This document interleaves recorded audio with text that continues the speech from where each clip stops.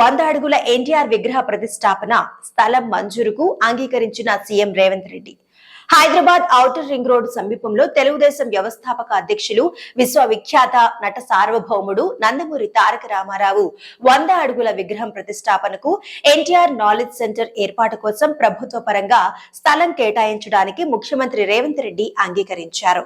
గురువారం NTR literature committee chairman మాజీ MLC టి.డి. Janardhan, NTR కుమారుడు నందమూరి మోహన కృష్ణ, ఎన్టీఆర్ లిటరేచర్ సభ్యులు మధుసూదన్ రాజు సీఎం రేవంత్ రెడ్డిని కలిశారు. ఈ సందర్భంగా గత ఏడాదిన్నర కాలంగా ఎన్టీఆర్ లిటరేచర్ కమిటీ చేపట్టిన కార్యక్రమాలను ముఖ్యమంత్రికి జనార్దన్ వివరించారు. హైదరాబాద్ లో 100 అడుగుల ఎత్తుతో ఎన్టీఆర్ విగ్రహాన్ని నెలకొల్పాలన్న తమ సంకల్పాన్ని తెలియజేశారు. దాంతో పాటు ఎన్టీఆర్ నాలెడ్జ్ సెంటర్ ను ఏర్పాటు చేస్తామని, ఓ పర్యాటక కేంద్రంగా తీర్చిదిద్దుతామని అన్నారు. ఇందుకు గాను తెలంగాణ ప్రభుత్వం తరఫున స్థలాన్ని కేటాయించి సహకరించాలని జనార్దన్, నందమూరి మోహన్ కృష్ణ సీఎం రేవంత్ రెడ్డిని కోరారు. ఎన్టీఆర్ లిటరేచర్ కమిటీ చేస్తున్న కార్యక్రమాలను తెలుసుకుని రేవంత్ రెడ్డి అభినందించారు. ఎన్టీఆర్ తెలుగు ప్రజలందరికీ ఇష్టమైన నటుడు, నాయకుడని, ఆయన 100 అడుగుల విగ్రహం హైదరాబాద్ లో ప్రతిష్ఠించాలన్న ప్రతిపాదనకు తమ వంతు సహకారం అందిస్తామన్నారు.